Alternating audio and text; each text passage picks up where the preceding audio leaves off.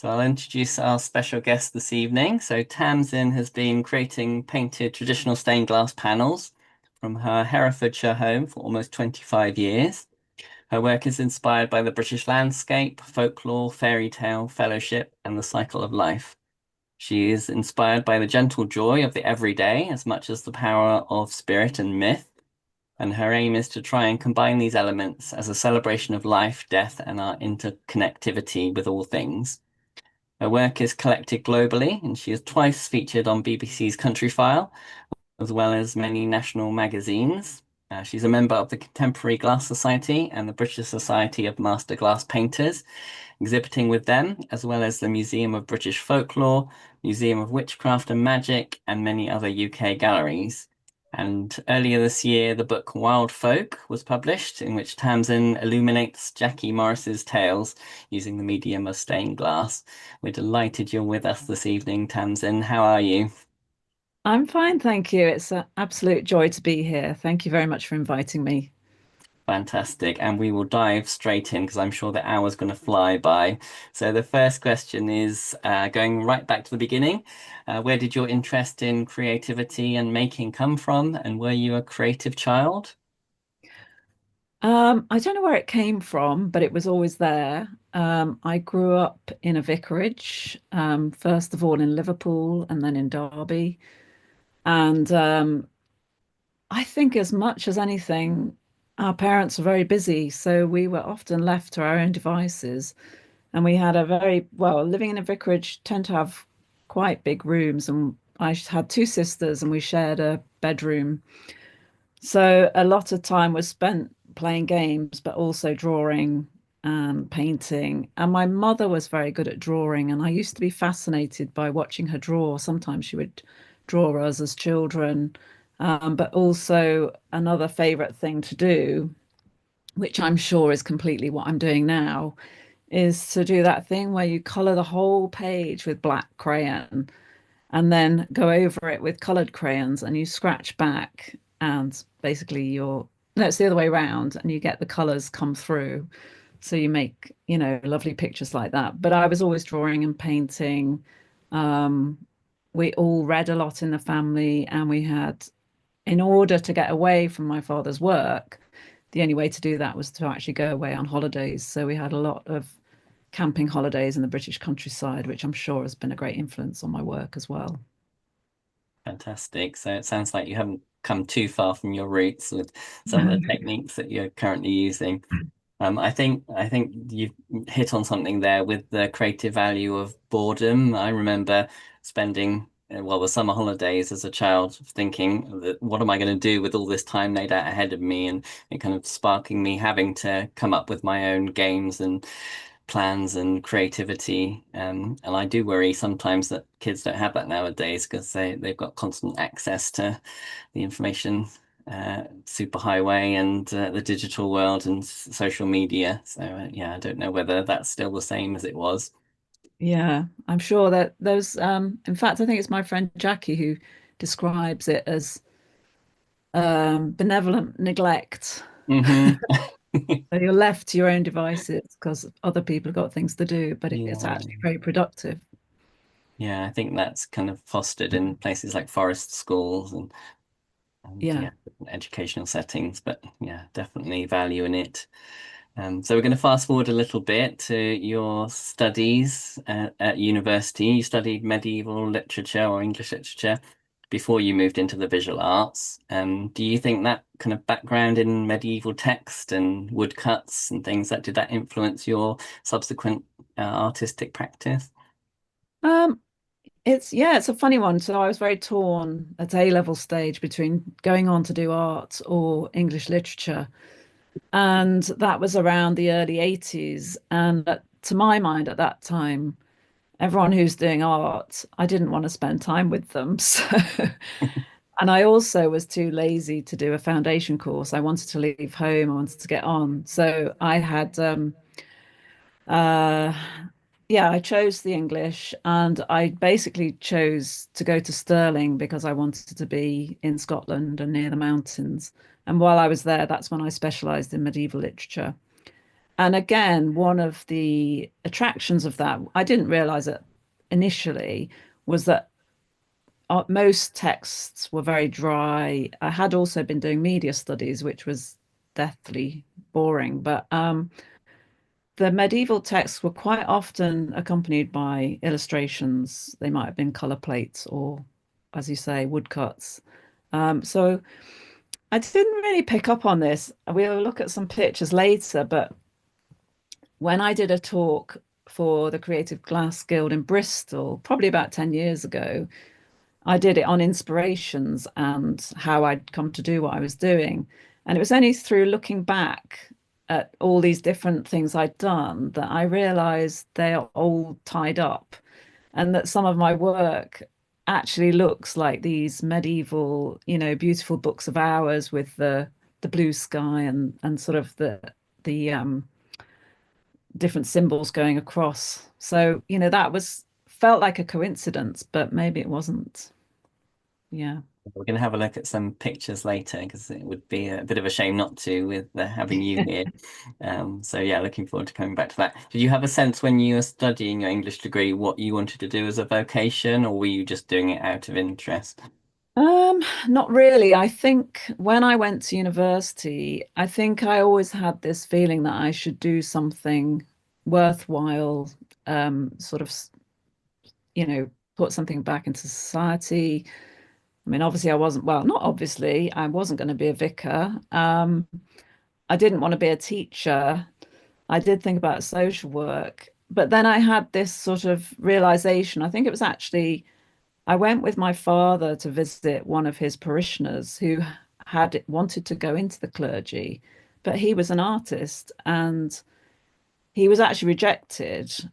And he took that in good heart and realized that where his talents lay, which was in his art, and he created a book of the animals that are in the Gospels, and yeah, and I think sort of hearing and seeing about that, I suddenly thought, actually, you do what you should do, and you kind of, as long as you're doing it in good faith, then that is the right thing to do.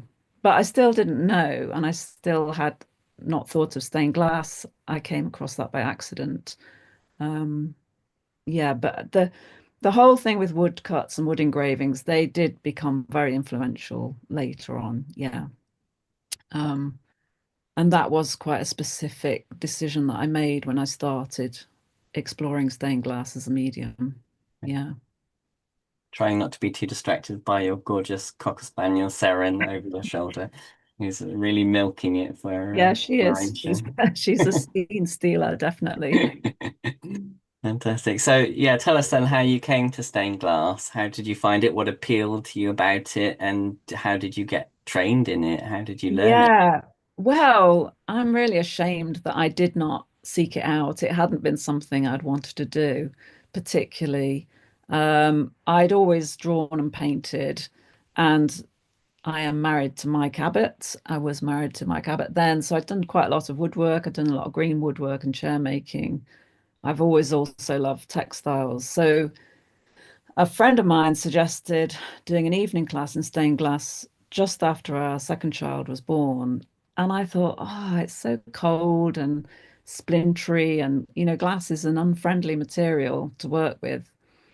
So initially I wasn't sure, and then I started actually looking at glass. I mean, it's ironic considering I spent time in church as a child, but really, really looking at the color, techniques of painting, things like that, and starting once I started and once I got over the initial kind of the very dull, well, to my mind, basic sort of skills of cutting and leading, um, then I began to kind of be able to sort of see more of where I might be able to take it. And I learned everything more or less, or the beginnings of what I know by doing an evening class at Hereford College of Art. And, I can't stress how important places like that are, evening classes. I mean, the difficult thing about stained glass, and I don't know if I think it is still the same, but it was regarded then as a bit of a I don't know, like um, a lesser subject. So there would be silversmithing next door, and they had everything they wanted. Um, we had no equipment. We did have use of a sandblasting cabinet, but that was because it belonged to somebody else, probably the metal workers. Um, our tutor had to take all our work home to his own kiln and fire it at home. There was no kiln at college. And in fact, so I did the course for 4 years. I think it was four, or maybe it was three. Anyway, every Thursday night I did 3 hours, and it was something you had to go to do because you've got two babies, small children. You can't just set up cutting glass on the kitchen table. It's not that kind of um, material. So I kept going, and then eventually I thought I've got to either stop and just get on with something else, or I've got to try and earn some money out of this because it was becoming a very expensive hobby. And I'd begun to see and use mouth-blown glass, and that is, at the higher end of the price range. So I thought, well, fortunately, we that time we had a share in a woodland, and we got timber out of the woodland, and we knew people who were able to build. So we built a workshop in the garden, and my first sort of opening of the workshop was to take part in Hereford Art Week. So went straight in and sold work straight away, picked up a couple of galleries, and that was the kickstart. And also, shortly after that, I inherited £1,000, which was exactly what I needed to buy a kiln. So I set up, and very much like the elves and the shoemaker, I had a little bit of glass, and then I would sell some work, and then I'd buy a bit more and a bit more. And so, a lot of the first years were just building up my glass stock, and also just reveling in not being completely poor.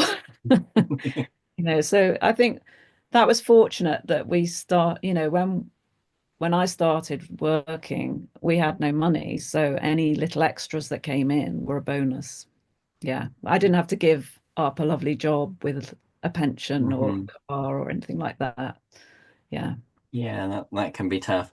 I also did a stained glass evening class a few years ago, and it's similar, having to go out on a cold winter night to learn it, and Yes. overcoming the preconceptions that it is quite a harsh medium and quite kind of jagged and sharp and Mm, unforgiving. But you soon learn that you can really convey fluidity and kind of organicness through it as well. that's right. Kind of a medium of contrast in that way. Mm. So you've already touched on this a little bit, the fact that people often think of stained glass as a church art, but your work in particular feels very vernacular and intimate.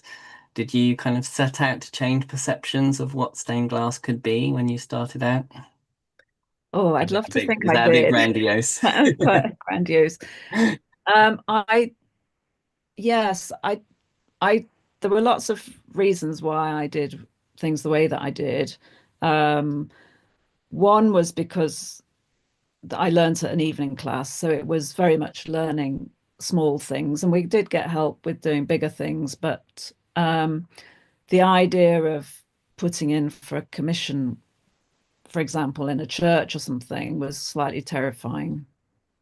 Um, Also, to be honest, I just loved making little things, and I really loved the fact that I suppose it was a slight rebellion, a funny sort of rebellion that, you know, when I did A-level art, I was told off for using the color black, which is all I really use. Um, I had never believed that it would be possible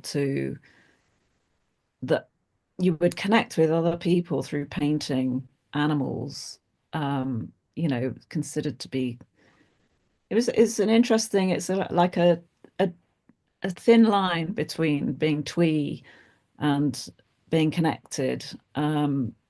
And so yeah, so I started off making small things, partly again, not buying big pieces of glass, just having little pieces of glass, wanting to make things that were saleable because that was the reason for doing it. I loved doing it, but I also needed to make money. Um, I had to fit everything around children. I had not the kind of experience or knowledge to take on big commissions. And then another funny thing that happened, I do take things to heart. I think somebody came to visit Mike to maybe to do a course or pick up some tools or something. And this chap's wife was a stained glass artist, and forgive me if she's here, but I don't remember her name, but she'd been working in glass a long time. And she came up to visit me, and we spent quite a long time in my studio. But she just, as she walked away, she said, "Oh gosh, she said, I spend so much of my time filling in proposals and forms, and sometimes they come to nothing." And she said, "You're just doing what I want to do. You're just doing what you want." Um, so so that was part of it. But also, yes, the idea that anybody could have a piece of stained glass in their home was very appealing. And also that it's a window within a window. So you're creating a portal into another world. So I loved the idea that, you could live in central London and you could have this little window of a sort of rural landscape. And then, and the light would come through it. And on certain days it would be alive and other days it would be quiet. And that would just be, I don't know, like a little escape, I suppose. Yeah. Oh, I love to think of that as a little portal into rural Yeah. life from deep in the city. This is really nice. So you've mentioned in the past that the Brotherhood of Ruralists was a significant influence on you and your work. I wasn't really familiar with them, but I understand they were not too far from me down in the West Country. Could you tell us a little bit about them and how they've shaped your approach to depicting nature, particularly?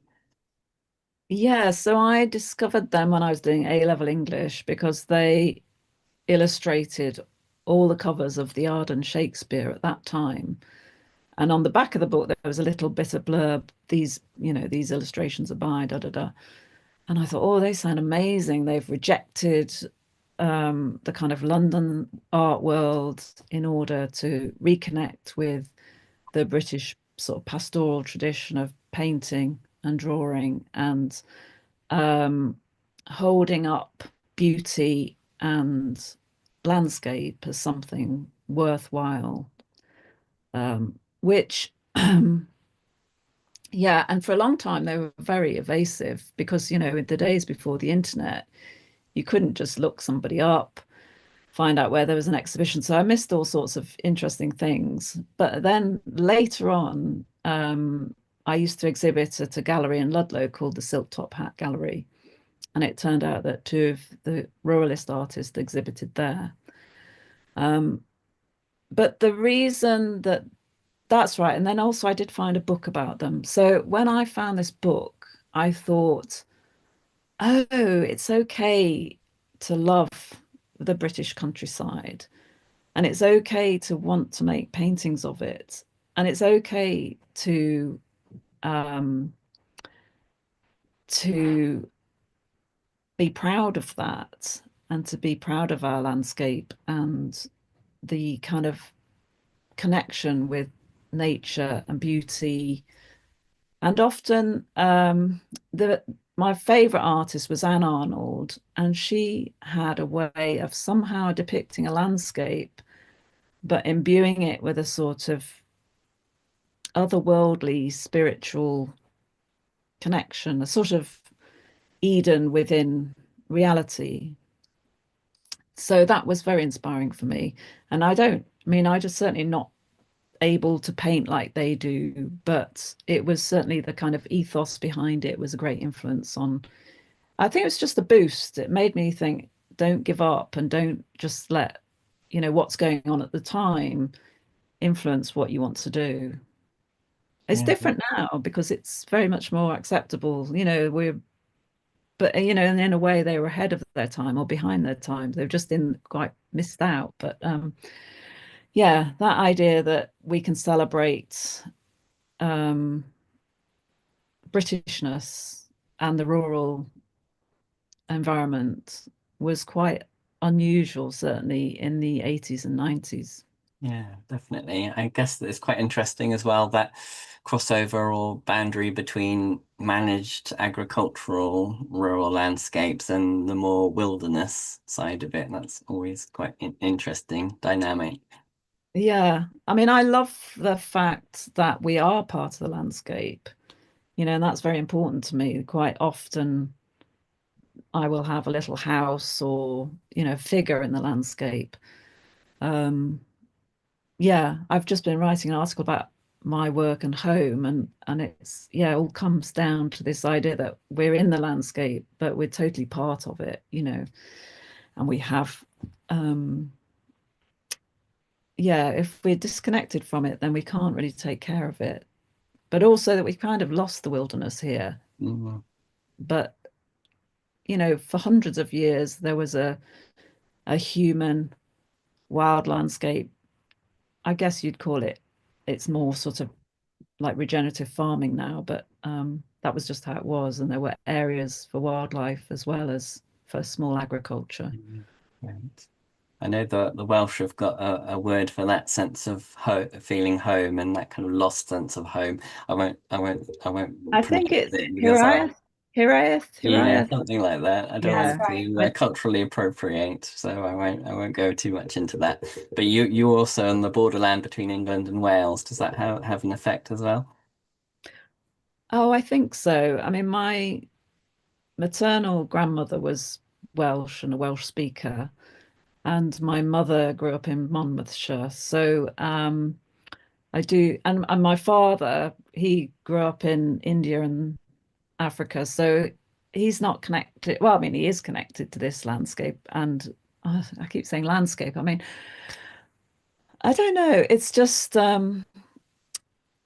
one of the reasons for moving to Herefordshire was that it was closer to Wales. But because Mike was running courses, he also needed to be closer to everything else, so connected by road and rail. So Herefordshire always seemed like a fantastic and not terribly well known spot, to be. Yeah, Yeah. fantastic. So we're going to get into the materiality of your practice a little bit. Could you talk us through your specific techniques of painting onto the glass? So you've already touched on it about kind of creating layers and then scratching through, kind of similar to the ceramic technique of sgraffito, I guess, kind of underneath layers. Could you tell us a bit about that? And is it quite an unforgiving process? Because I imagine if you make a mistake, then it's a bit more of an issue. Yeah. So the main way of working that I used for years was this scratch painting technique. And the critical thing with that really is getting your paint surface just right. So the glass paint is really, it is a bit like a ceramic glaze. It's made of powdered pigments and powdered glass, and you grind it up in a pestle and mortar. And I just add water and a bit of gum arabic. And then with a brush, you spread it all over the glass. And then with a badger brush, you smooth it out really beautifully finely. And that's the difficult bit, which I can still get it wrong. If you don't get your mixture quite right, if it's a bit warm outside, it will dry too quickly. If it's a bit too wet, the paint's a bit too thin. So that's very critical. And then when you start scratching into it, you can use all sorts of different tools, obviously, to make marks. I mainly use needles and sort of barbecue sticks, and then brushes where I've cut the end off and made them sort of stubby and bristly.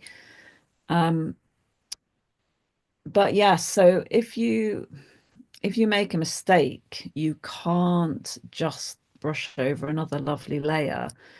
So it is kind of first, you've got to get it right first time. There are areas where you can do little sort of clever fixes. You can make a thinner version of the paint, but somebody who's looking at it carefully will see it. Um, so yeah, so I kind of plan everything out vaguely, like the central elements of the design. I'll make a template so that I can get my outlines right, but otherwise I'm just sort of going for it freely. So, but I think it's just like anything else. You get accustomed to doing it and you get, your technique gets better and better. So that's the main way that I have been working over the years. But I also do engraving, which is because when I stopped going to the evening class, obviously I lost use of the sandblaster, which was a nice way of working. I had also tried acid etching, but it frightened me so much that I never wanted to do it again.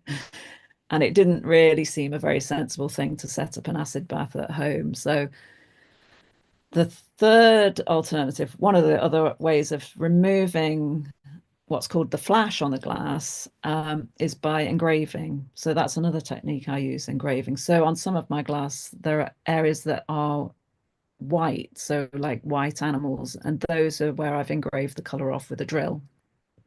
And then I also just use that paint as paint. And that's also great fun because glass is non-absorbent.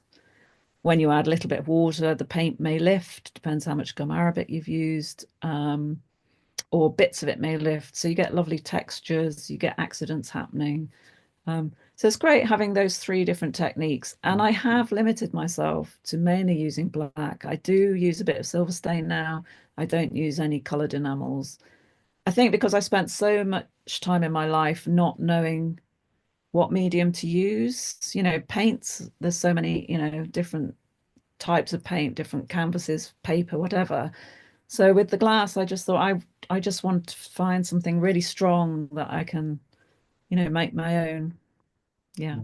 Great. Yeah, we often talk about creative limitations in these sessions, kind of setting yourself some parameters and within which your imagination can just run riot. Yeah.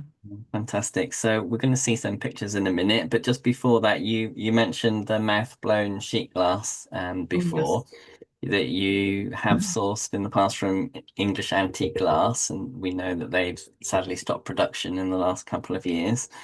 And we've been helping Elliot Walker to try and revive the craft in the UK. Could you say a little bit about the qualities of that material, why you prefer it?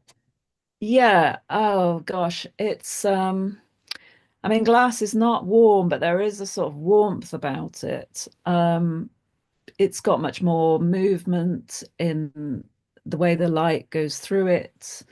Um, I mean, actually, it was interesting working with Jackie this year on, doing presentations on the book because she came with me to see Elliot blowing, and she said that the glass has the breath of the glass blower in it, and I thought that was a lovely thing. So you've not only got the natural light coming through it, but you've got this additional kind of signature. Um, but yes, it's got such a life to it. The colors are amazing. Particularly English mouth blown glass. It's got these beautiful streaky qualities to it. Um, I don't know. It's the color range is incredible as well, but I think it's a bit like working with green wood instead of dry wood. You know, for me, it's the equivalent, I suppose. It's got a life to it. It feels alive. Mm. Like, yeah, we'll see some of that shortly. So I'll just share my screen. We might not have too much time to linger on And we all of can these, we but can flick if you through. could say a little bit about each, that would be lovely. So there's just a couple of slides here, which the kind of things I was looking at when I was doing my medieval literature. They're just so rich, interesting as well. The rural scenes, these again, I hadn't really taken all this on board. Beehives, all sorts of little things. But this lovely blue at the top, which is really very like the blue in the glass. Okay. And that one's similar as well. And this again, the activity in the foreground, often with a house or dwelling in the background. Obviously, this is a castle, which is great. And if we go on to the next couple of slides, I mean, this one, it's just, yeah, amazing how without really thinking, I've sort of taken on those shapes and that quality of the sky as an arc. and the next one again. And then this one, rather than sort of astrological figures in the sky, I quite often draw, engrave animal spirits in the sky. This one was called to Market, which is the Ledbury Market building. It was for an exhibition I did quite a few years ago. And then this was, we were talking about engravings and relating that to medieval woodcuts and things. But actually, in some ways, I've always felt that my absolute love of reading as a child and also reading a lot of my parents' books was another great influence on why I love black and white illustration so much. Um, I did love a lot of work by BB, and he also illustrated his work in scraperboard, which is exactly the same method, really, as doing the scratch painting on the glass. And this is the very first, well, it's not the very first panel I made at my evening class, but it was the second one. So the first one I made was just cut glass and accidentally fell off the wall somewhere. And I was quite glad to see the back of it. But so this was made for Mike's workshop. And this was my first go at painting. And I was taught to do trace lines and then fire it and then go over it. And that I couldn't really understand why. And so I abandoned that method straight away. And I just literally would go in just doing the lines without the trace lines first. Because when you mat it over, you can't see your trace lines. Yeah. And then this was also a piece I made on the evening class, which was, already that idea of the kind of cosmic connectivity, just learning how to paint and the sandblasted hands of the family. So that's nice, that piece. Very fond of that. Then this is just an example of an early piece. One of the things I tried to do when I started selling my work was to create an identity for myself by creating certain shapes and this kind of loose arch shape with these just sort of rural scenes was something that was just fun to play around with. You could use the same cutting pattern and make totally different pictures. Um, anyway, at the time it was innovative. I think it's quite old hat now, but it was, yeah, I did enjoy it very much and just staying away from rectangles and squares. Of course, it's a bit wasteful with the glass, but it is easier to lead up as another one. Just simple. And here, this is really celebrating the English antique glass in all its glory.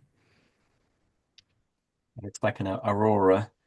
Yes, yeah, very much so. Yeah. And then this one and the next one, I felt like this was a point where my work sort of jumped in kind of interest and quality. Not that I didn't like the pieces before, but they became a bit more detailed, bit more narrative going on. So this is a piece called Autumn Quaker. And then I think the next one, so they not this one exactly, but similar one. Sort of again, rural scenes. And I love the having the washing on the line. There's the little bee boxes, yeah, hives, which is funny, isn't it? Having just seen that medieval scene, I hadn't kind of connected all of these things up, but there we are. It also shows that we're all interested in the same things. This is taken from a direct photograph of our children when they were little, walking down our local lane, the muddy track. And this is the painterly style. You can see that's different. It's much looser, but combining scratching as well. Yeah. Oh, and this is a very sort of classic Tamsin Abbott scratch painted nature, sort of, yeah, the cunning fox at night surrounded by moths and the moonlight. And a similar version with a hare. Now, this is the Ruralist. This is a painting by Anne Arnold, and this is a painting that she made I think it was probably in the late 70s when they'd first formed, and this was the group of people involved in an orchard in Coombe. Rather lovely. And then the next painting is this is one of hers called Sanctuary. And everybody thinks that this is a unicorn, but actually it's a donkey. They had a couple of donkeys, and these are the hills where they lived. But there's something very sort of, although it's a natural scene of an actual place, obviously adding the donkey in that reverential way and the colouring and everything makes it quite sort of otherworldly, I think. This is me on my in my workshop at my light box. Everything I do is on the light box. And here I am doing the scratch painting. And then this is quickly just a little run through. This is one of the panels which is in the book Wild Folk. And this is just, I've cut the glass here, I've chosen all my colours, and you can see underneath the rough idea of the design. I don't draw anything out, very detailed. And then I mat it over, and then the next slide shows, so the top section I've already taken off the paint there. The middle, the house bit is halfway through being finished, and then the two bits on the side I haven't started yet. And then we go on to the next one. So here we are. I mean, this was very detailed. So you do get slower and slower because you think, oh no, I'm going to make a mistake. But yeah, and it's also you're working in reverse. It's like printmaking. You have to kind of think it all through. It's the same one. And then the final one, the thing also that I didn't kind of take on board with glass, stained glass, is that I always thought the lead lines initially were an encumbrance, but once you get to work with them, they just become so completely part of the design, and it's never finished until the leads are there, and it just ties it all up. And it's astonishing actually how often people don't even see the lead lines. And then I think we got a little tiny bit of, yeah, so this is um, a, a little bit of, what's it called? There we go. Oh, it's on the side. Oh, it's gone on its side. Oh, that's a shame. Anyway, You can get an idea of the get process. an idea of the process.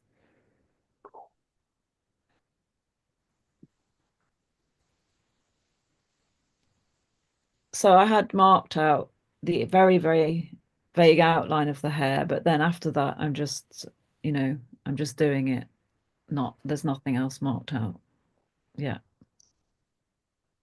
And then this is just an example of all the different techniques. So the piece with the house on, that's scratch painting.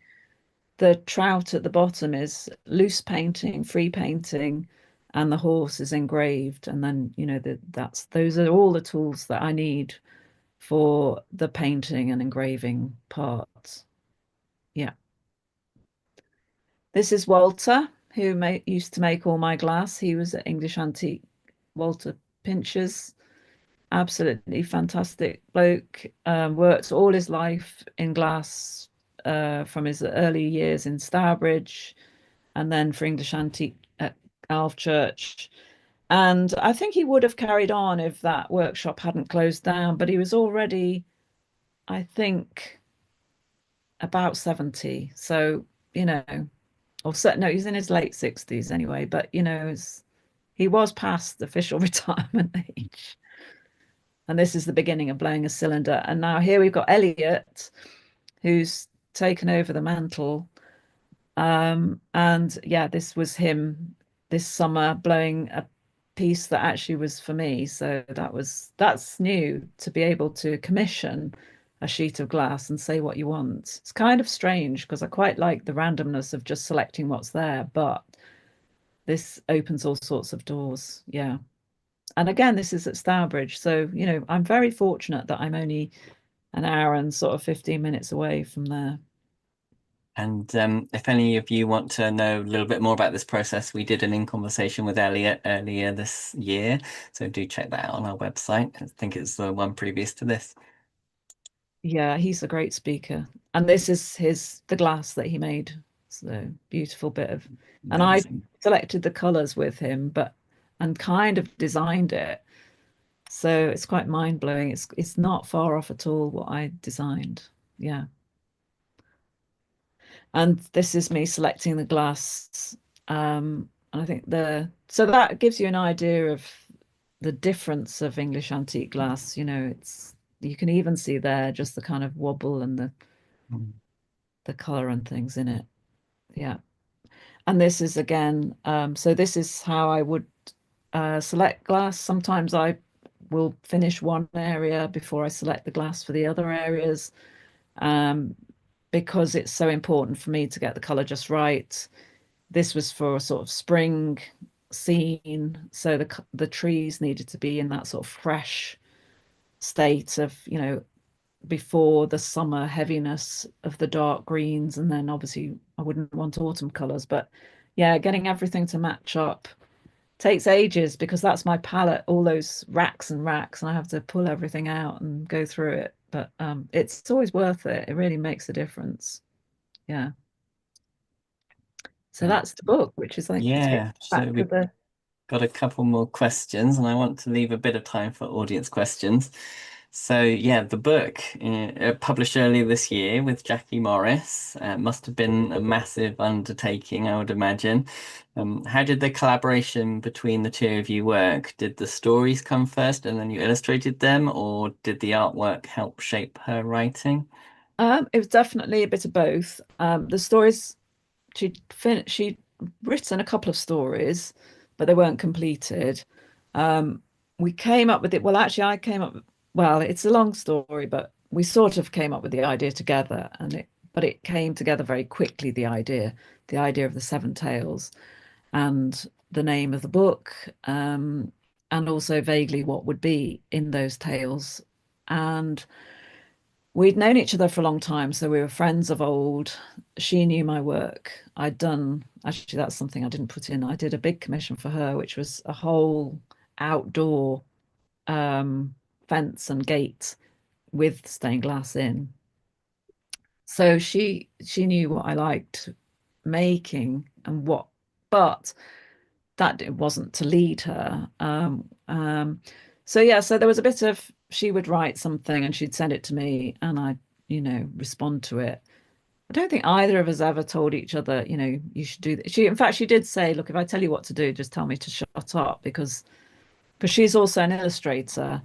But, the whole point of me doing the illustrations was for me to put my slant on it and to bring the glass in, that was really important to both of us, that the glass should really shine through, it being such a kind of new um, way of illustrating a book.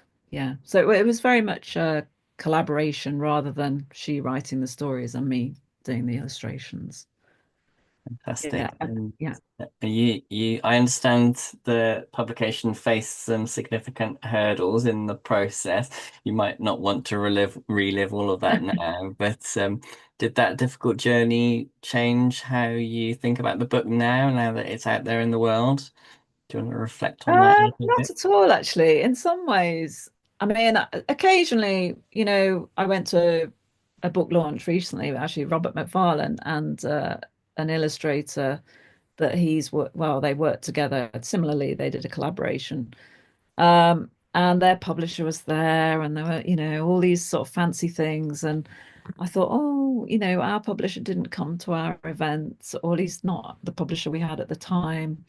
And we did everything ourselves, so it was very much, it relied, and also with the bookshop gallery that we worked with, they put an exhibition on of which we will show some pictures later. And it was fantastic and it was amazing. And people came to Exmoor, which is where we had the book launch, which was crazy, but that's where the book had started. That's where it was born. And there were no rail or bus services there, but we had hundreds of people came and bought the book and talked to us and bought work from the exhibition. So, and then we sort of took the book over, when our second publisher collapsed, which was a month after it was published. Um, yeah, we kind of took it in and we were determined that it shouldn't kind of founder and die. And so in some ways, I think we got quite possessive about it. And I certainly I don't think the pain of what happened has not affected how I feel about the book in any sort of, in some ways it's made me have a stronger connection with it, and certainly very, very proud of where it's at now. Yeah. Fantastic. And available in all good bookshops, I understand. Well, So, it is, but it's actually being relaunched properly with our new publisher in March. So we've got a publisher, Chelsea Green, who have taken it on for the UK and North America. So mm, which it didn't make it out into the States, so that's great. great, fantastic. Will it have a different binding? Will it look different? Not as yet, when it Hmm. because there are, they'll be selling the books that we've already got, and then when we hopefully go into second printing, I'm not sure, it will obviously have the Chelsea Green grasshopper on it, but yeah. Fantastic. I don't think we're going to have time to cover all the questions we That's all right. prepared. We should have scheduled 2 hours for this, really. I'm sure Sorry. everyone would have been eager for that. Do you want to have a look at a couple more pictures before we go to audience Yeah, questions? Okay, let's get that back up. You see that? yeah. Yeah. So yeah, this is the book Wild Folk,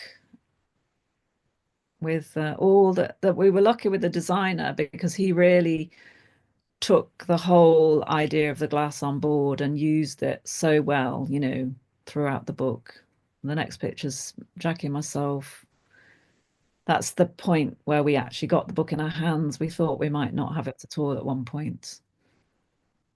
And then the next. So this is initial, these are the very first pieces I made for it. And this is just to sort of show you got the drawings on the one hand, which are very sketchy, and then the finished pieces on the other hand. Yeah. Next one. Oh yeah, I just put this in. I'd forgotten about this. This is one of the last pieces I made actually, so that's why I thought it'd be nice. And also birds, um, which is incredibly detailed. And here I had to work. I had this bit of glass that was very, very dark, and it just sort of made a beautiful piece for the land and the sea. Yeah. And this is another piece from the book. And another piece from the book. So that's again two slightly different styles. I kept the styles the same within each tale. So some of them are all this painterly style and some of them are all the scratch painting style. And this was me photographing the work. So that was a whole kettle of fish altogether, different kettle of fish. That was real that was really difficult because Jackie quite rightly insisted that it should be photographed against natural light, not on a light box. And if we go to the next two slides, we'll see the difference. That's a double page spread on the light box, and then that's it against natural light. And the colors are different, but there's much more life in it, and you've actually got the sky there, sort of being the sky, as it were. Yeah. And this is the exhibition which accompanied the book launch. So this was in an old schoolhouse, which was just like a chapel. So we called it the Chapel to the Wild Gods, an exhibition. So yeah, it was absolutely wonderful, and we're completely grateful to Seven Fables who put the exhibition on with us, and also for everyone that made the effort to come. It was just a shame it was only on for 3 days, 2.5 days. I think there's just a couple more. Yeah, so this was the Smith's Tale. All the work from that was all in one window. And then I think the next one is the Raven's Tale. Yeah. So it was great to see the work displayed, but quite a few of those have sold now. But I have kept all the double page spreads, so, and quite a few of the single page spreads. So I'm hoping that maybe somebody like the Museum of Stained Glass in Ely might put on an exhibition for us sometime. We are sort of in talks with them. Yeah. And that's the Black Fox's Tale. Oh, and then this was a piece that I did for the Museum of Witchcraft and Magic, which was this particular exhibition was about Isabel Gowdy, who was, well, a self-confessed witch. Nobody knows whether she was actually sort of put to death for it. In some belief is that she was actually let off because she was so convincing. Everybody thought she must be mad. But she had a saying, "I shall go into a hare," which is much quoted nowadays. Amazing. Should we Yeah. at that juncture bring it back to the questions? Because I had one on Yes, of course. exhibiting with the Museum of Witchcraft and the Museum of British Folklore. Yeah. So, do you see your work as kind of documenting the existing corpus of mythology and folklore, or are you also trying to capture an evolving mythology of the modern countryside? Do you see it as part of an ongoing tradition?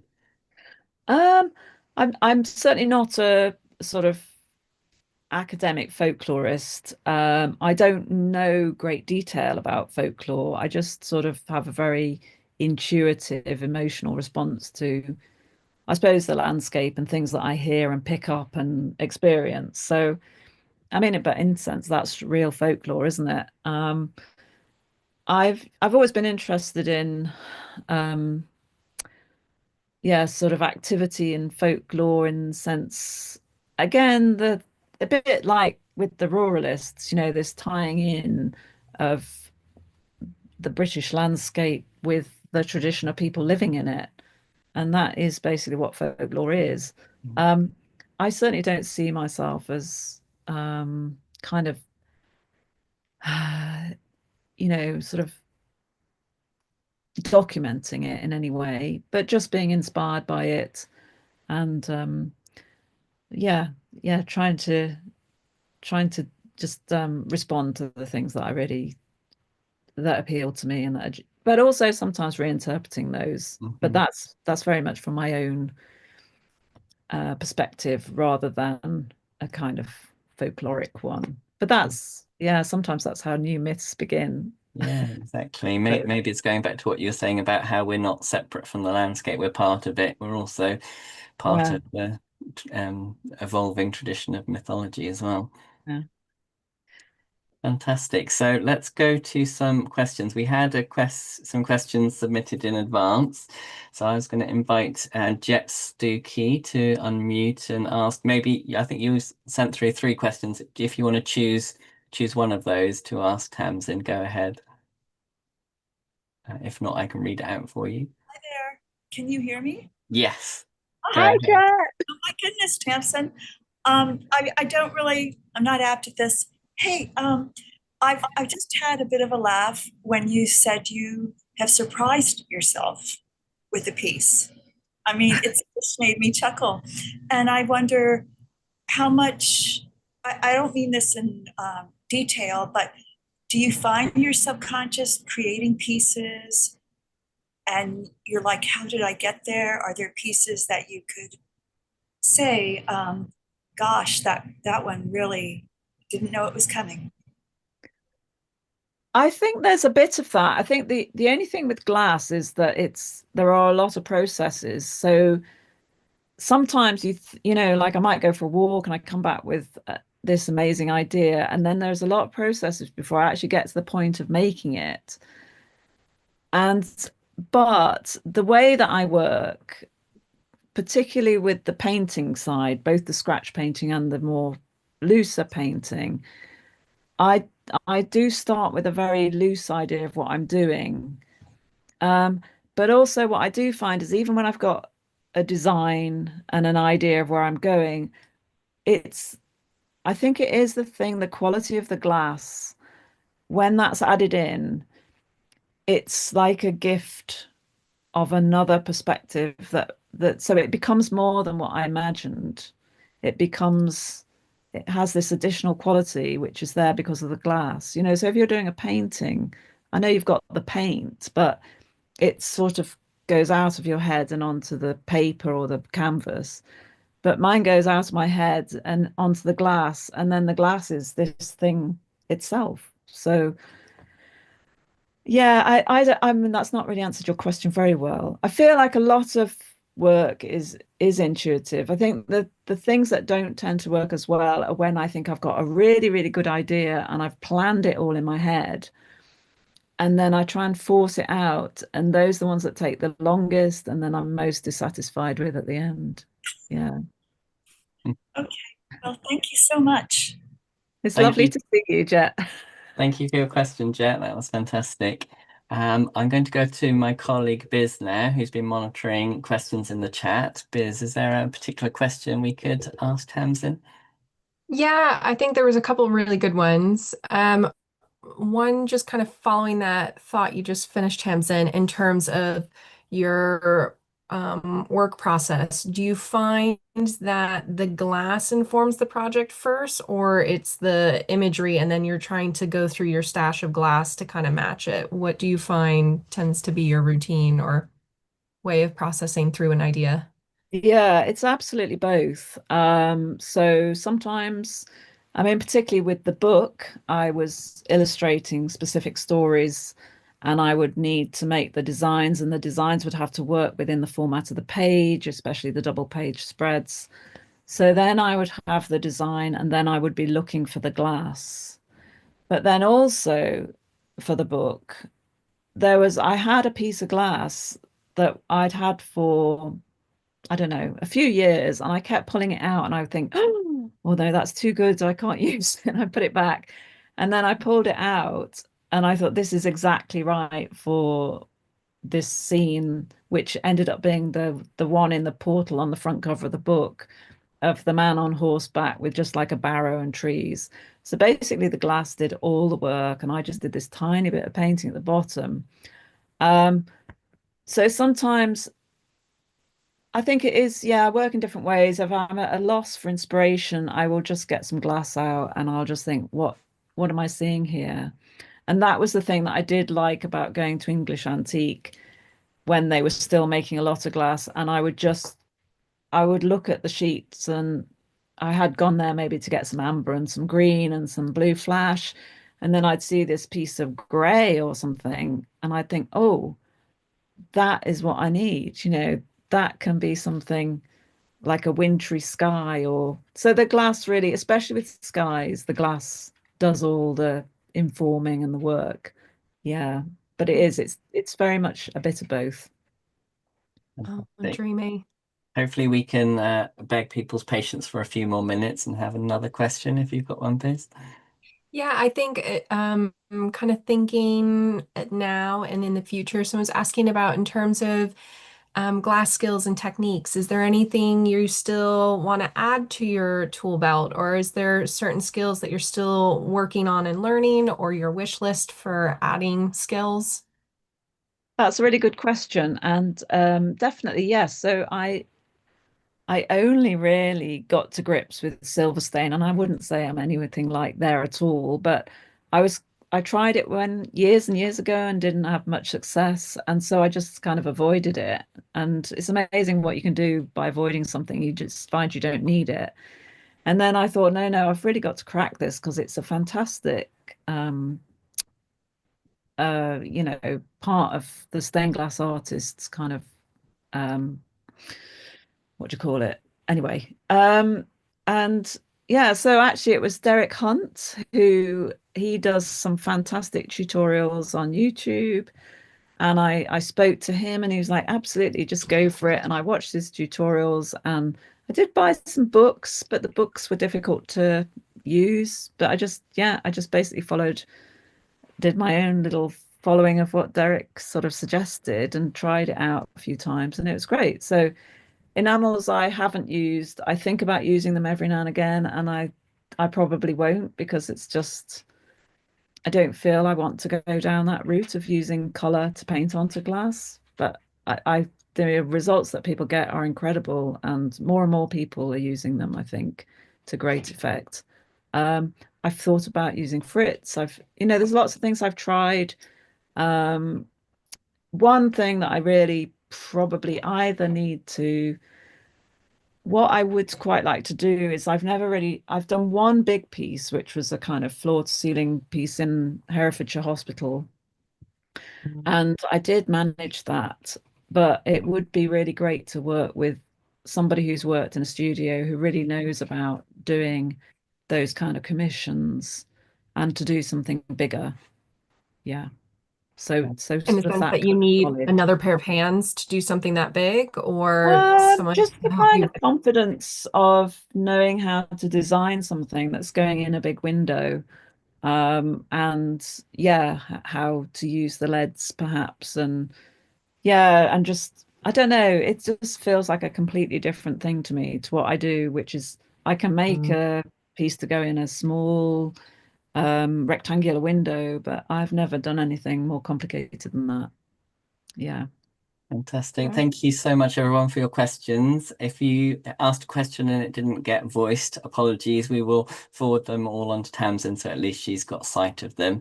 And Tamsin, you mentioned Derek Hunt there. We've also got an in conversation with him on our website. We say we don't have favourites amongst the crafts that we cover, but the evidence is pointing elsewhere, I think, with the amount of coverage we've had of stained glass recently.